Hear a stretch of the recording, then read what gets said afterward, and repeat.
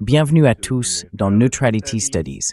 Aujourd'hui, on retrouve à nouveau Larry Johnson pour une mise à jour. Larry, ravi de te revoir. Salut Pascal Lotaz, merci de m'avoir invité.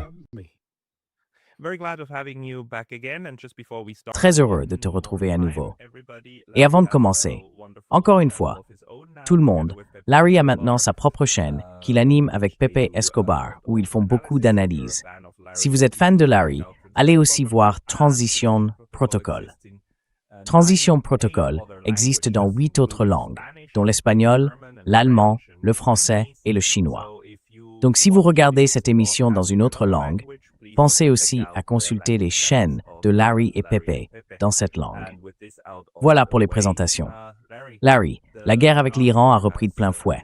Quelle est ton analyse de la situation?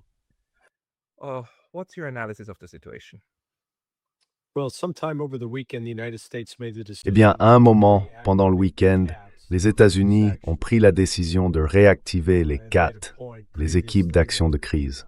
J'avais déjà souligné que tant que ces équipes n'étaient pas en place et opérationnelles, la probabilité que les États-Unis étendent leurs opérations de combat restait faible. Eh bien maintenant, au moins au CENTCOM, les CAT sont actives, 24 heures sur 24, 7 jours sur 7. Ça met une vraie pression sur le personnel, qui doit enchaîner des gardes de 12 heures de travail, 12 heures de repos. Donc les États-Unis ont décidé de relancer la guerre.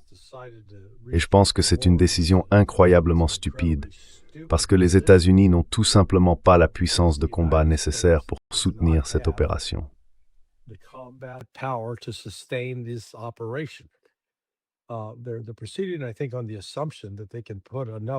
Je pense qu'ils partent du principe qu'en exerçant suffisamment de pression militaire, l'Iran finira par reculer.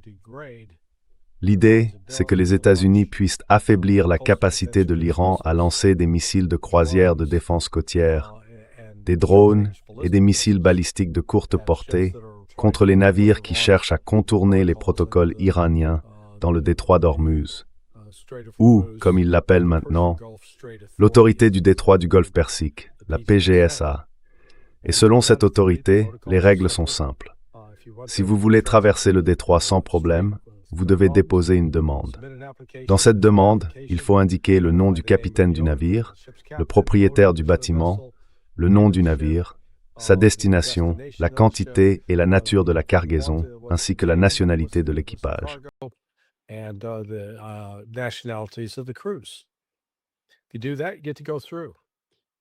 Si vous faites ça, vous pouvez passer, et vous pouvez soit transiter. Si vous fournissez ces informations, vous pouvez traverser le détroit d'Iran, ou je crois tout aussi bien le détroit d'Oman. Mais les États-Unis jouent un jeu dangereux. Ils essayent sans cesse d'infiltrer des navires, de leur faire couper leur système AIS pour qu'ils ne puissent pas être identifiés par aucun système de positionnement mondial et de les faire passer par ces détroits. L'Iran a été très clair, tout navire qui essaie d'éviter de se conformer, on utilisera la force, et ils l'ont fait. Ce que les États-Unis utilisent ensuite comme prétexte pour commencer à attaquer l'Iran. Le problème auquel les États-Unis sont confrontés, c'est qu'ils auraient, semble-t-il, utilisé des lanceurs HIMARS au tout début de cette opération. Or, les HIMARS peuvent tirer 3 types de missiles.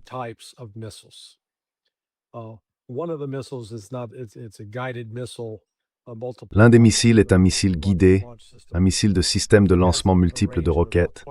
Il a une portée d'environ 38 km, donc il ne l'utilise pas. Tout ce qu'il ferait, c'est envoyer des missiles et des roquettes dans la mer.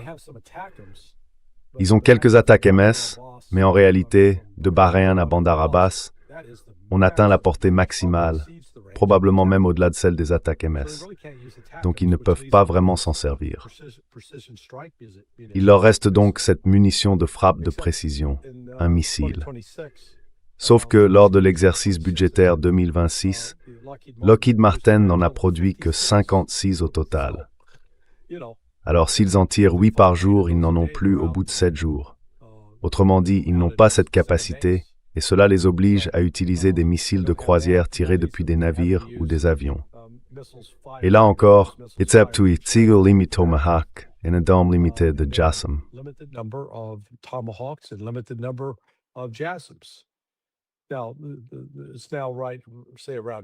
Aujourd'hui, on parle d'environ 2000 Tomahawks. Le fait est que chaque jour qui passe, s'ils en tirent 1, 10 ou 20, eh bien ça fait 20 de moins que la veille. Et s'ils continuent à ce rythme-là, ils épuisent rapidement leur stock. Ils n'ont pas la capacité d'en produire et d'en remplacer au fur et à mesure qu'ils les utilisent. C'est même tout le contraire. Ils peuvent peut-être en fabriquer 2 par mois, mais si vous en tirez 60 en un mois, vous êtes en déficit. Donc les États-Unis essayent de mener une guerre qu'ils ne peuvent pas matériellement soutenir. Ça, c'est le premier point. Le deuxième, c'est que l'Iran tire des missiles balistiques en retour. Et pour préciser, les cibles que les États-Unis essayent d'atteindre sont probablement plus de 1200, voire 1500 différentes.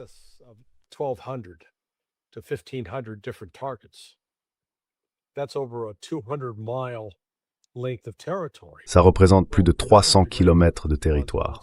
Bon, on ne va pas affaiblir la capacité de l'Iran à attaquer des navires. Les États-Unis n'ont tout simplement pas assez de missiles pour tout détruire.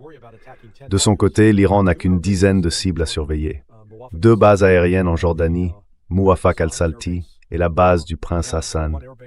Une base aérienne aux Émirats arabes unis, Al-Dhafra, Al-Udeid au Qatar, Isa à Bahreïn, Isa Salman au Koweït. Et ils peuvent frapper le port de Duqm à Oman. Et maintenant, ils ont frappé Fujairah aux Émirats, l'installation pétrolière. Voilà. Donc l'Iran peut continuer à marteler ces sites jour après jour jusqu'à ce qu'ils soient tellement endommagés, tellement affaiblis, que les États-Unis devront les abandonner.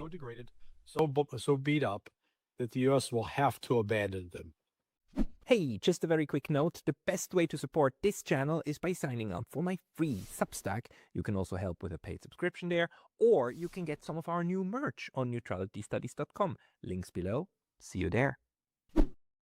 It seems so self-defeating and again, C'est tellement contre-productif. Et encore une fois, quelle est la stratégie au juste pour arriver à une forme de victoire? On a maintenant Donald Trump qui pour la première fois arrive même à inspirer les Iraniens.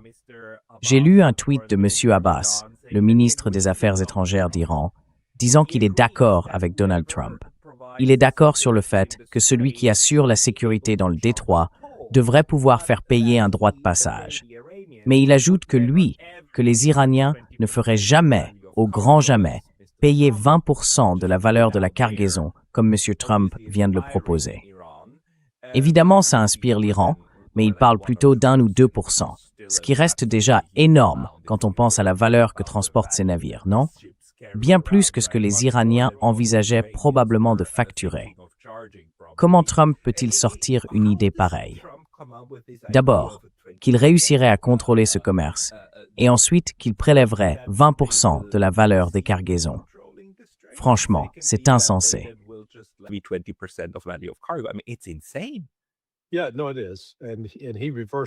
Oui, si, c'est vrai. Et hier, il est revenu sur sa position concernant les 20%. Il a dit, bon, peu importe, on va plutôt se concentrer sur les investissements venant de ces pays. Mais le vrai problème, au fond, c'est que les États-Unis ont besoin du pétrole brut qui vient du Golfe Persique, parce que c'est du brut dit acide. Je sais que certains en ont marre de m'entendre en parler, mais ce brut acide, c'est celui que la raffinerie a sont dessus pour traiter afin de produire du diesel et du carburant pour l'aviation.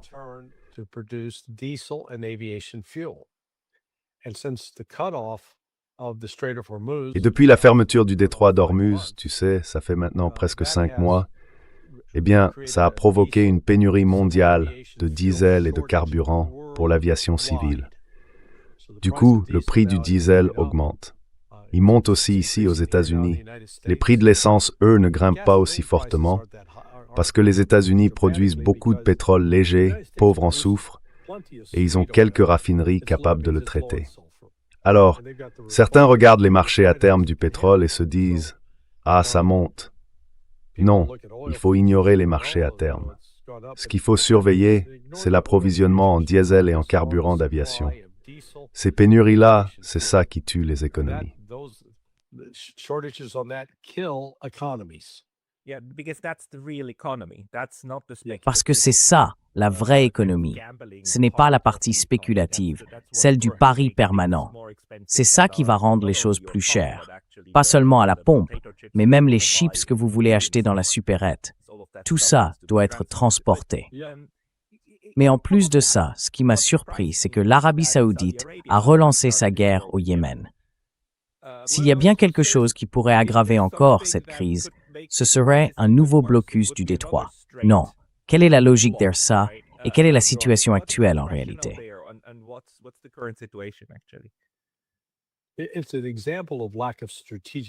C'est un exemple flagrant d'un manque de réflexion stratégique. Imaginez, vous êtes l'Arabie saoudite. Vous ne pouvez plus exporter autant de pétrole qu'avant, quand le golfe Persique était ouvert. Alors maintenant, vous le faites passer par un oléoduc qui arrive à Yanbu sur la côte ouest. Vous en sortez peut-être 5-6 millions de barils. Et là, votre stratégie, c'est quoi? Attaquer le Yémen, attaquer les Houthis, pour qu'ils soient motivés à vous attaquer en retour, et qu'ils lancent peut-être des missiles balistiques sur Yanbu, histoire de bloquer votre production de pétrole et de fermer Bab el-Mandeb. Quelle idée brillante. Vraiment un super plan. On se dit, mais c'est complètement fou comme stratégie. Évidemment que ça l'est. Et ce qu'il faut bien noter, c'est qu'après cette première attaque, les Houthis n'ont pas perdu de temps. Ils ont frappé 2 bases aériennes en Arabie Saoudite et ont déclaré la prochaine, c'est Yanbu. Et là, qu'a fait l'Arabie Saoudite? Ils ont dit, laissez tomber, on n'a rien voulu dire.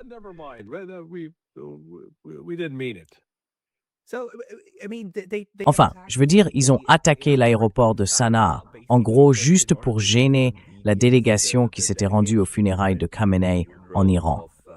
Franchement, c'était quoi ça? C'est vraiment une chose stupide à faire.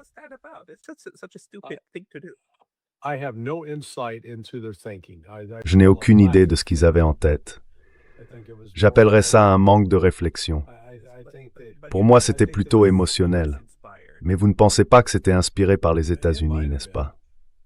Ça pourrait l'être, et ils ont été assez stupides pour suivre. Si c'était vraiment inspiré par les États-Unis, alors honte aux Saoudiens d'avoir écouté Washington, parce que les Américains ne leur ont apporté que des problèmes encore plus graves. D'après ce que je comprends, les Pakistanais, Hassan Munir en tête, ont contacté MBS et lui ont dit en gros « Mais enfin, à quoi tu penses? Qu'est-ce que tu fais? Vous allez vous saborder vous-même. Arrêtez ça. » Les Saoudiens ont arrêté. Ils n'ont pas repris les attaques. Et les Houthis, eux, retiennent encore leur décision de fermer le détroit de Bab el-Mandeb.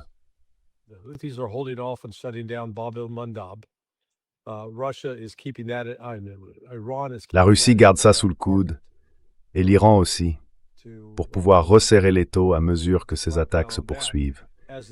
Hier, l'Iran a annoncé « Très bien, nous ne sommes plus liés par le protocole d'accord.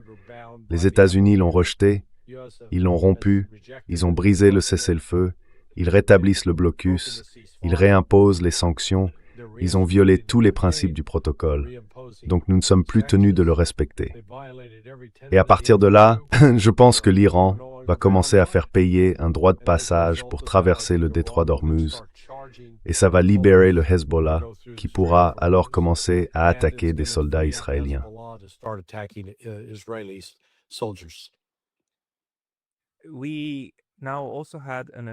On a aussi eu une annonce d'Oman qui jusqu'ici avait toujours été très prudent, sans jamais trop se mouiller. Et là, ils ont déclaré que la plus grande menace dans le Golfe, ou pour les États du Golfe, ce n'était pas l'Iran, mais Israël. Franchement, ça m'a beaucoup surpris. Les Omanais sont extrêmement prudents. Alors, est-ce qu'on assiste à une sorte de réévaluation de l'équilibre des forces dans le Golfe? Parce que je veux dire, Oman a toujours été l'État neutre du Golfe, très clairement. C'est même écrit noir sur blanc sur la page consacrée à sa politique étrangère. J'ai d'ailleurs fait une vidéo là-dessus tout à l'heure. Ils y disent très clairement, nous voulons être amis avec tout le monde. Ça inclut l'Iran, le Conseil de coopération du Golfe, et ainsi de suite. Donc ils ont toujours joué la carte de la neutralité. Mais est-ce que selon vous, les États du Golfe, dans leur ensemble, sont en train de revoir la situation et de la réévaluer.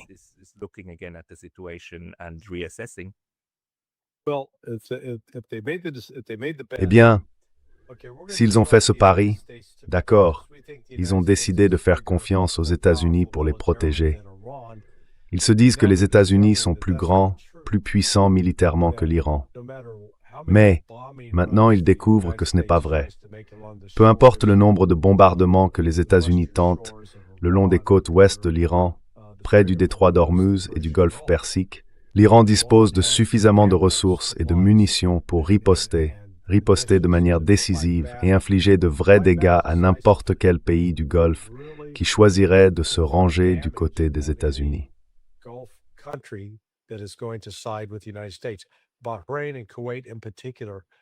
Bahreïn et le Koweït en particulier payent un prix très lourd.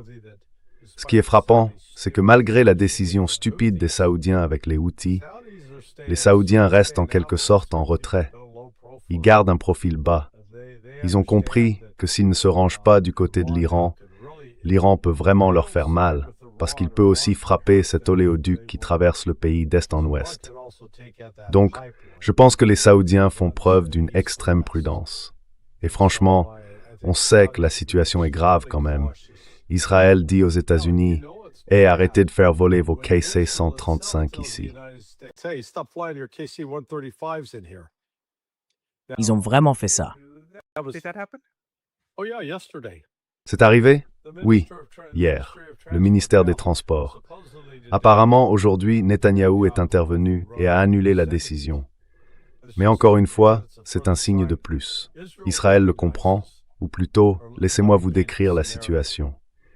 La plupart des opérations aériennes américaines avec des avions à voilure fixe partent de Jordanie. Une fois que ces bases seront détruites, et je pense qu'elles sont en train de l'être, les États-Unis vont devoir se relocaliser. Alors, où peuvent-ils aller? En Syrie? Au Liban? Non. Ils n'ont aucun autre endroit où aller, sauf en Israël.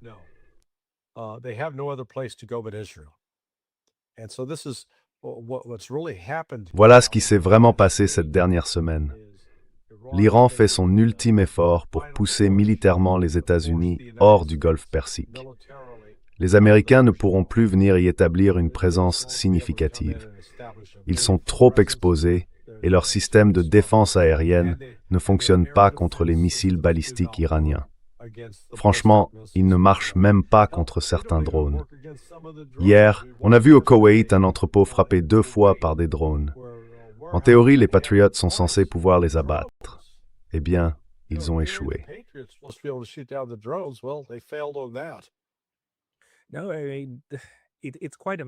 Non, c'est assez incroyable. Je veux dire, d'un côté, on a vraiment sous-estimé la capacité militaire de l'Iran, et de l'autre, on a largement surestimé celle des États-Unis.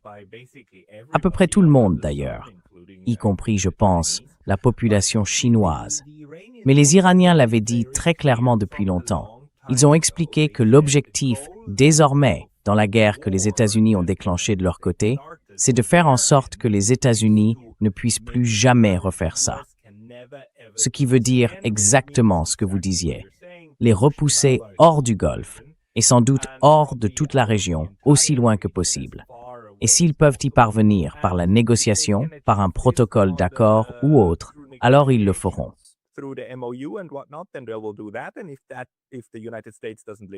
Et si les États-Unis ne tiennent pas leurs promesses là-bas, alors ils le feront autrement. Ils le mettront en œuvre par la force militaire. Et maintenant, les États-Unis ont choisi que cette politique iranienne soit appliquée militairement. Franchement, encore une fois, ça paraît tellement contre-productif. Surtout, comme vous l'avez souligné, les États-Unis n'ont pas les moyens nécessaires pour empêcher que ça se produise. Alors, voyez-vous une autre logique militaire possible du côté américain, quelque chose que la Maison-Blanche aurait en tête? Par exemple, utiliser cette campagne de bombardement comme levier de négociation pour obtenir un meilleur protocole d'accord, ou peut-être quelque chose qui nous échappe.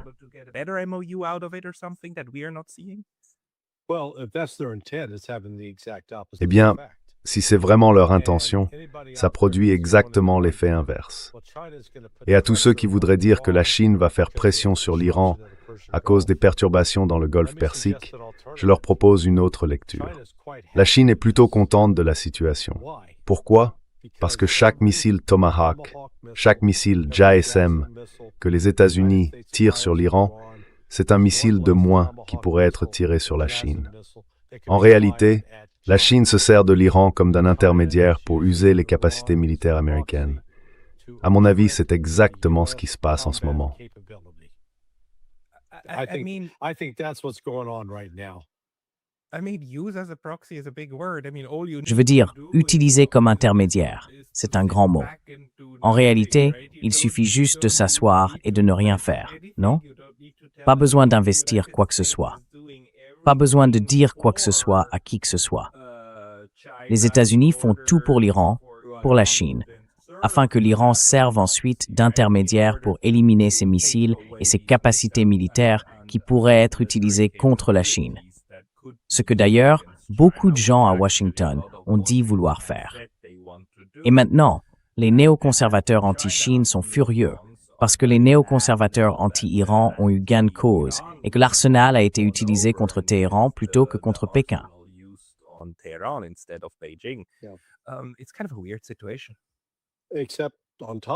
C'est une situation un peu étrange. En plus de ça, la Chine fournit à l'Iran des missiles et aussi du renseignement. Apparemment, l'Iran utilisait le GPS auparavant. Ils ont arrêté et maintenant ils utilisent Baidu. Du coup, certains des avantages que les États-Unis avaient, notamment pour localiser des personnes, ils ne les ont plus. Et souvenez-vous, la Chine et la Russie ont signé un pacte de défense avec l'Iran le 28 janvier, si je ne me trompe pas. Et je pense que la Chine, comme la Russie, respecte cet accord. Ils voient ça à juste titre, comme un moyen d'affaiblir encore davantage les États-Unis sur le plan militaire. Vous savez, je crois qu'ils ont tous les deux été surpris l'an dernier, quand les États-Unis n'ont pas réussi à neutraliser les Houthis. Ils ont essayé, puis Trump est intervenu avec plus de force, mais il a subi des pertes plus lourdes. Et au final, les Houthis ont réussi à chasser 2 porte-avions de la mer Rouge.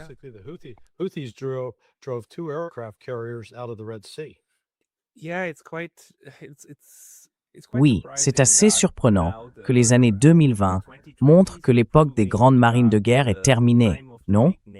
Avant, la marine pouvait intervenir, gagner une guerre, puis on allait occuper l'Irak ou d'autres endroits après avoir tiré de tous les côtés. Mais ça ne fonctionne plus comme ça aujourd'hui. Ce qui m'étonne surtout, c'est que les États-Unis ne semblent pas avoir les mêmes capacités en matière de drones que l'Iran. On n'a pas vu de transition entre ces missiles, dont on sait maintenant qu'ils coûtent beaucoup trop cher pour l'effet qu'ils produisent, et une stratégie basée sur des drones moins coûteuses et produites en masse. Parce que c'est exactement ce qui s'est passé en Ukraine, non? L'Ukraine alimente maintenant la guerre contre la Russie avec des drones. Alors pourquoi les États-Unis ne font-ils pas la même chose?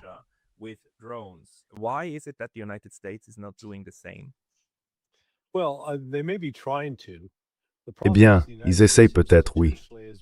Le problème, c'est qu'aux États-Unis, les institutions ont toujours eu une préférence pour la production de drones très coûteux. Par exemple, le MQ-9 Reaper, rien que le corps de l'appareil coûtait environ 35 millions de dollars. Et quand on y ajoute les modules optiques et les modules d'armement, le prix grimpe encore de 30 à 35 millions de plus. Au final, on se retrouve avec un drone à 70 millions de dollars que les États-Unis finissent par abattre eux-mêmes. Le plus gros choc pour moi, ça a été quand j'ai découvert le Triton. Le Triton, c'est un énorme drone, 250 millions de dollars pour un seul appareil. Et vous savez quoi? L'Iran en a abattu un.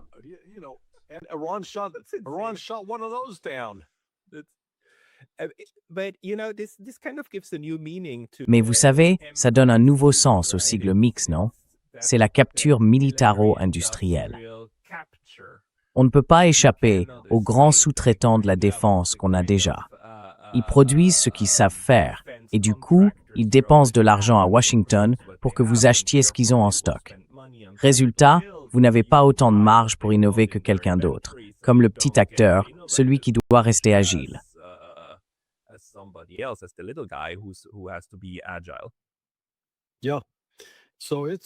Oui, donc en fait, c'est vraiment un mélange de désastre stratégique et tactique pour les États-Unis.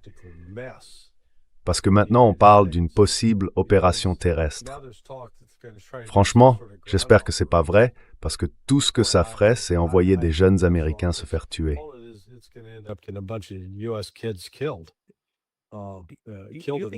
Tu penses qu'ils sont vraiment sérieux à ce sujet? Franchement, ça paraît complètement fou. Mais les gens qui font ça, eux, ils sont fous. Envoyer des troupes, peu importe où, même sur une de ces îles, ça ressemble quand même à une condamnation à mort.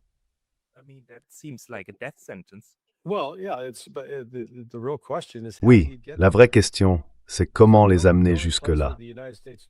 Le seul endroit où les États-Unis pourraient, en théorie, mener une opération amphibie, c'est à Chabahar. Mais ce n'est pas seulement une question de faire débarquer quelques marines sur la côte. Comment les maintenir sur place? Comment les ravitailler? Parce qu'une fois que les navires s'approchent suffisamment, l'Iran dispose d'une panoplie de missiles antinavires qui viseront ces bâtiments s'ils s'avancent trop près. Et pour mener une opération amphibie, ils devront forcément s'approcher.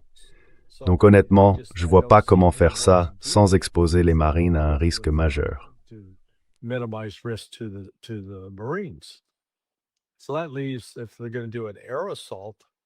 Donc ça veut dire que s'ils lancent une attaque aérienne sur l'île de Keshm, ou sur Kish, ou Karg, encore une fois, ils vont déposer des soldats là-bas, mais ils ne peuvent emporter qu'une quantité limitée d'eau. Je vous garantis qu'ils auront juste assez d'eau pour tenir, allez, une demi-journée tout au plus. Alors comment on fait pour le réapprovisionnement? Il faut faire venir des palettes d'eau. Et ça, c'est lourd. N'importe qui est déjà allé acheter un pack d'eau en bouteille sait que ça pèse environ 20 kilos. Eh bien, multipliez ça par 100 packs. D'un coup, vous transportez presque une tonne d'eau. Et ensuite, où est-ce qu'on la stocke? Elle va rester en plein soleil et vous allez vous retrouver avec de l'eau bouillante. Peut-être qu'ils pourront y plonger quelques sachets de thé et se faire une infusion, qui sait. Franchement, la logistique, c'est complètement fou.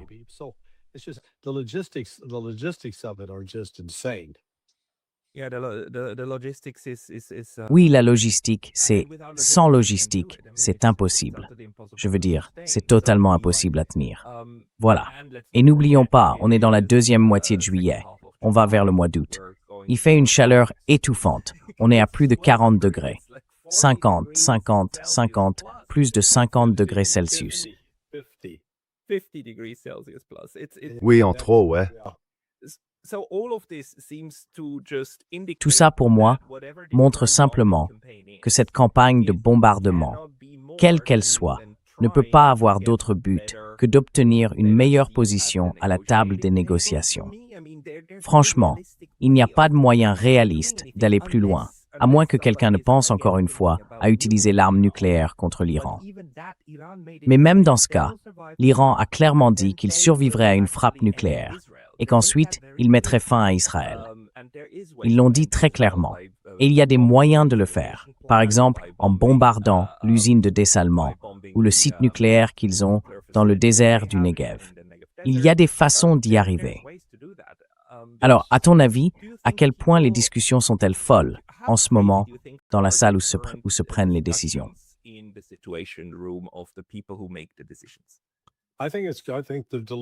Je pense que c'est une illusion. Ils croient à leurs propres absurdités. Ils se disent « Nous sommes tellement puissants, l'Iran est tellement faible. On a détruit l'armée iranienne, on a détruit l'armée de l'air, on a détruit la marine. » Donc selon eux, l'Iran n'a plus rien pour riposter. C'est absolument faux.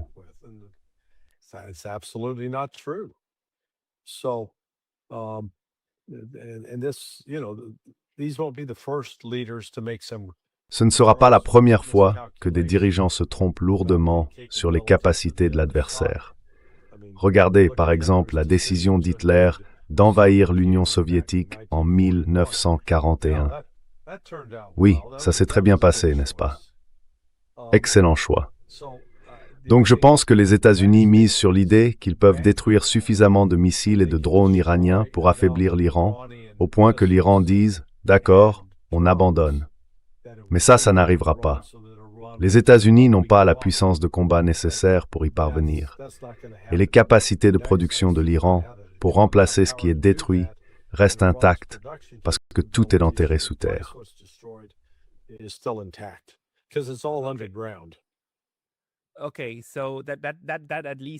D'accord, donc au moins, ça ressemble à quelque chose que des gens raisonnables pourraient envisager.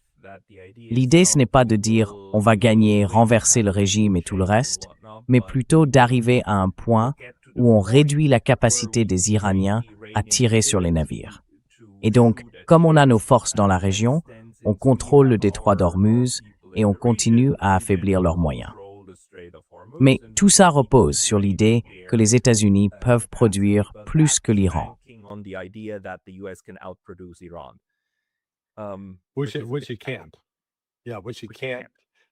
Ce n'est pas possible. Oui, voilà, ce n'est pas possible. Tout simplement parce que ces missiles et ces drones de précision avancés ont besoin de terres rares. Or, la Chine a arrêté d'en exporter, donc il y a une pénurie d'approvisionnement. Et aux États-Unis, on a bien les minerais bruts ici dans le pays. Ce qu'on n'a pas, c'est la capacité de traitement. Le raffinage, c'est cher, ça a un impact sur l'environnement, et il faut, disons, 1 an ou 2 pour construire et faire tourner une usine de traitement. Alors ça ne veut pas dire que les États-Unis ne peuvent pas trouver une alternative à l'approvisionnement chinois. Mais pour l'instant, la Chine contrôle le tungstène, elle contrôle le gallium, 2 éléments essentiels, et les aimants utilisés dans ces systèmes de guidage de précision. Là-dessus, la Chine a le monopole. Donc comme vous l'avez dit, tout repose sur la logistique.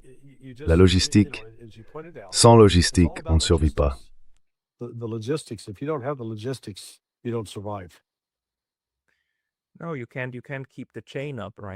Non, on ne peut pas simplement maintenir la chaîne comme ça, n'est-ce pas? Il faut un moyen concret de faire parvenir les choses à ceux qui sont censés les mettre en œuvre. À ton avis, quel est le calendrier ici? Combien de temps avant que les États-Unis se retrouvent à court, même des armes les plus basiques, au point de ne plus pouvoir tirer du tout? Parce que, si j'ai bien compris, l'idée du protocole d'accord, c'était d'arriver à une pause dans la phase cinétique de la guerre, puis d'essayer de faire passer discrètement une deuxième route de transport par le détroit d'Ormuz. C'est bien ça?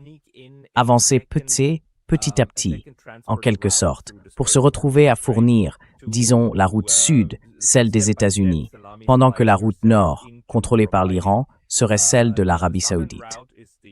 À ce stade, ça ne change plus grand-chose. On établit de fait un contrôle sur la moitié de ce commerce. Et l'Iran a bloqué ça, n'est-ce pas? L'Iran a dit non. Et maintenant, les États-Unis sont furieux que l'Iran ait refusé. Ils réagissent un peu violemment. Mais selon toi, quel est le calendrier à partir de maintenant?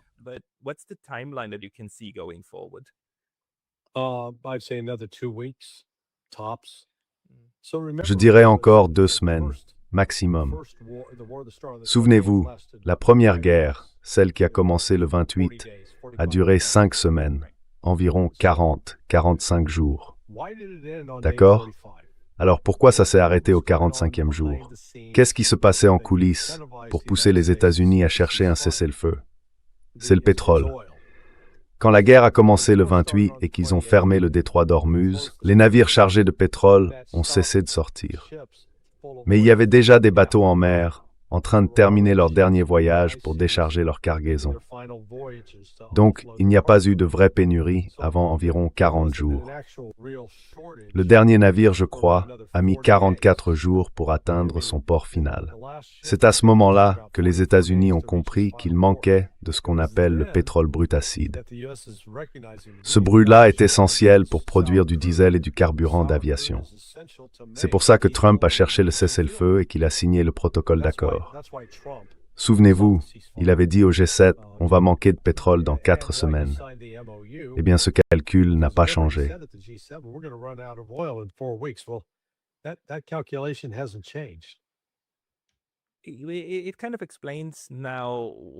Ça explique un peu pourquoi Trump n'a eu aucun problème et a voulu le signer aussi vite.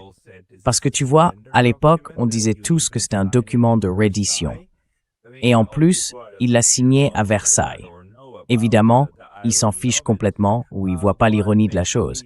Mais en gros, il a signé ce truc parce que c'était très clair. Ça ne veut rien dire de toute façon. C'est juste un bouton pause qui nous donne 1 mois ou 2 de plus, voire le temps de faire passer à nouveau du brut par le détroit. Ça nous laisse le temps de recharger et ensuite on passe à la deuxième offensive, non? Donc au fond, peu importe ce qu'il y a sur ce bout de papier. Ça pourrait être n'importe quoi, parce qu'au final, tout ce que c'est une pause. Et cette pause, elle est terminée, tu vois?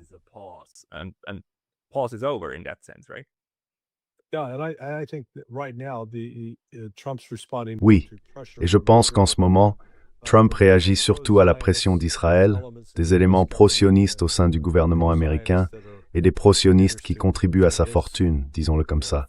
Mais personne ne s'est vraiment assis avec lui pour lui expliquer quelles sont les pénuries logistiques. Je ne sais pas quel est le stock actuel de missiles armes. C'est un autre sujet. Les armes peuvent être montées sur des drones ou sur des avions, ils peuvent tirer. Donc c'est pas comme si les États-Unis en étaient complètement à court. Mais le problème, c'est qu'on vide les stocks et que la chaîne d'approvisionnement n'est pas prête à les remplacer au fur et à mesure qu'ils sont utilisés. Vous voyez, c'est une chose de tirer 10 missiles si vous en produisez 20 par jour. Dans ce cas, pas de souci. Vous en tirez 10, vous en fabriquez 20. Mais là, ce qui se passe, c'est qu'ils en tirent 8 ou 10 par jour et qu'ils n'en produisent peut-être que 8 par mois. Alors si on fait le calcul sur 30 jours, disons qu'ils en tirent 10 par jour, ça fait 300 missiles et ils n'en ont remplacé que 8. Autrement dit, ils creusent un déficit.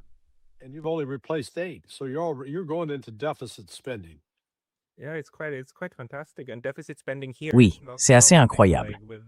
Et ici, les dépenses déficitaires, ce n'est pas comme avec la Fed. On ne peut pas simplement créer de l'argent à partir de rien. On ne fabrique pas des missiles en appuyant sur un bouton. C'est un tout autre jeu. Là, on parle de la vraie économie, comme pour le pétrole. C'est la vraie économie. Mais bon, dans ce cas, tout ce que l'Iran a à faire, c'est de tenir et de continuer à tirer plus longtemps que les États-Unis. Du coup, on se retrouve dans une position structurellement désavantageuse, ce qui est vraiment, vraiment étonnant pour un pays, pour un État, avec une armée aussi expérimentée que celle des États-Unis.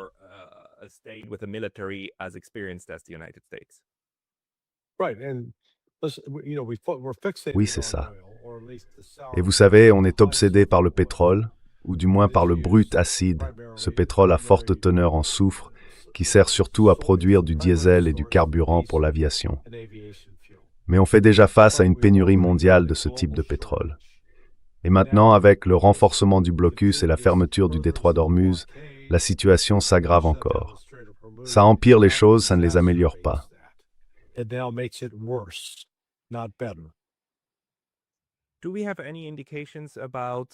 Est-ce qu'on a des signes, tu sais, de pression qui viendraient ou qui commenceraient à venir, des alliés, de l'Europe ou du Japon? Parce que franchement, le Japon est très mécontent de tout ça. Eux aussi vont maintenant subir des pénuries à cause d'une situation qui ne les concerne absolument pas. Au contraire, ils ont essayé depuis longtemps de maintenir une relation à peu près correcte avec l'Iran. Les Européens aussi, d'ailleurs, sont dans une sacrée impasse. Est-ce qu'on entend quelque chose? Est-ce qu'il y a le moindre signe, tu sais, d'une sorte de révolte dans les satellites? Pas encore.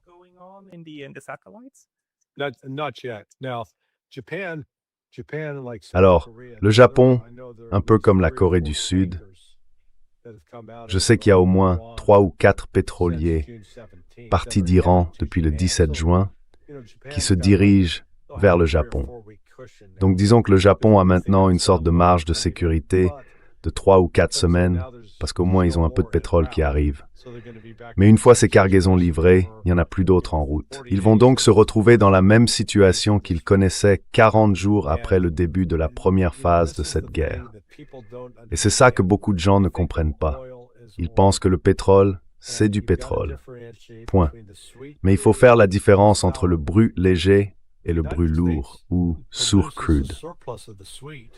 Les États-Unis produisent un excédent de brut léger, mais environ 70% de nos raffineries sont conçues pour traiter le brut lourd, pas le léger.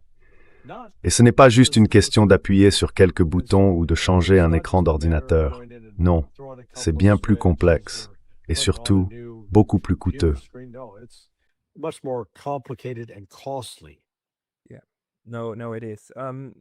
Oui, non, c'est vrai. Et ce sont de vraies contraintes, encore une fois, pas quelque chose qu'on peut simplement changer d'un claquement de doigts. Peut-être un dernier sujet pour conclure. Des réactions au fait que les États-Unis semblent déclarer la guerre au droit international en annonçant qu'ils vont mobiliser tout l'appareil gouvernemental contre la Cour pénale internationale. Ça paraît... Enfin, c'est cohérent avec ce qu'il faisait déjà. Mais que Rubio l'annonce de manière aussi spectaculaire en disant clairement qu'ils veulent détruire la Cour, c'est quand même un gros morceau.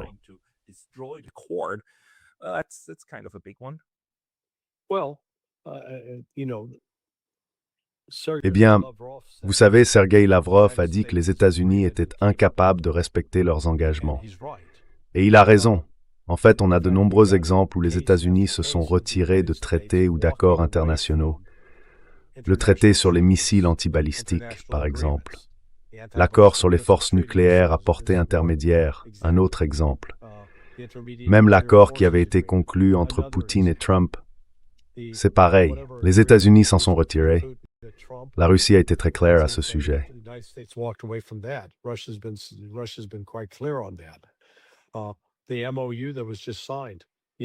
Le protocole d'accord qui vient d'être signé, les États-Unis en ont violé chaque paragraphe. Alors franchement, si vous êtes un autre pays et que vous dites « on peut négocier avec les États-Unis », sur quelle base, quelles preuves? Les faits montrent exactement le contraire. Les États-Unis bafouent le droit international. Ils l'ignorent complètement. Là, on parle d'un assassinat d'un dirigeant étranger.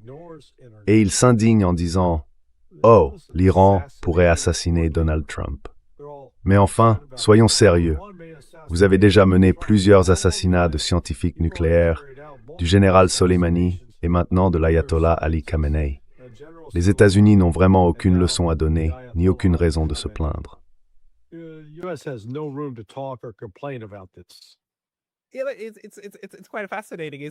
C'est assez fascinant, non? C'est comme dire, il faut maintenant lancer une contre-attaque, parce que quelqu'un a dit qu'il pourrait nous assassiner. Venant du type qui a lui-même assassiné l'autre, qui a enlevé un homme au Venezuela, qui menace tous les dignitaires qui ne sont pas dans sa ligne, non? Qui dit carrément qu'il pourrait tuer leurs diplomates sur le chemin du retour. C'est quand même quelque chose. Mais ça montre bien cette idée d'impunité, non? On peut faire absolument tout, parce que c'est la souveraineté des États-Unis.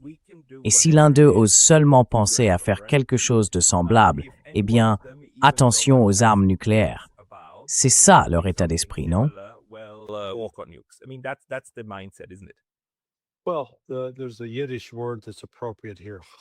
Eh bien, il y a un mot yiddish qui convient parfaitement ici, la chutzpah. Voilà les États-Unis qui, en 2003, déclarent au nom de Dieu qu'il faut attaquer l'Irak parce qu'il aurait des armes de destruction massive, en particulier des armes chimiques et biologiques. Ah bon? Et d'où l'Irak a-t-il obtenu ces armes chimiques et biologiques? Eh bien, c'était des États-Unis. Les États-Unis ont fourni les précurseurs et ils ont fourni les agents biologiques. Donc, c'est un peu comme si on était l'incendiaire qui met le feu à la maison, puis qui déclare qu'il faut poursuivre le propriétaire parce que sa maison brûle, alors que c'est nous qui avons allumé le feu. Vous voyez? Ça, c'est la définition classique de la chutzpah.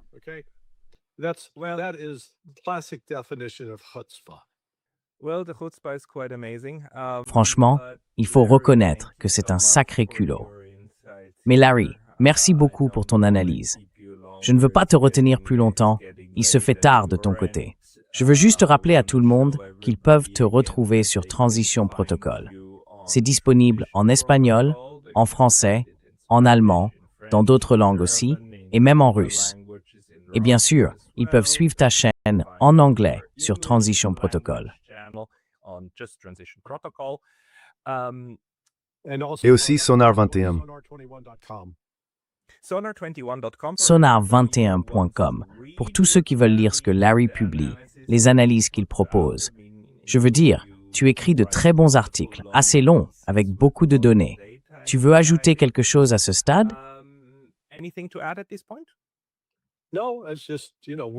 Non, c'est juste que, vous savez, il y avait un joueur de baseball très connu des années 60, Yogi Berra. Il était célèbre pour ses phrases un peu à côté, ses expressions un peu tordues. Et l'une de ses plus célèbres, c'était « C'est du déjà vu, encore une fois ».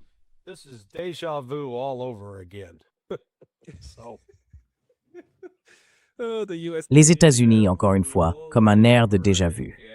Larry Johnson, merci beaucoup d'avoir pris le temps de nous parler aujourd'hui.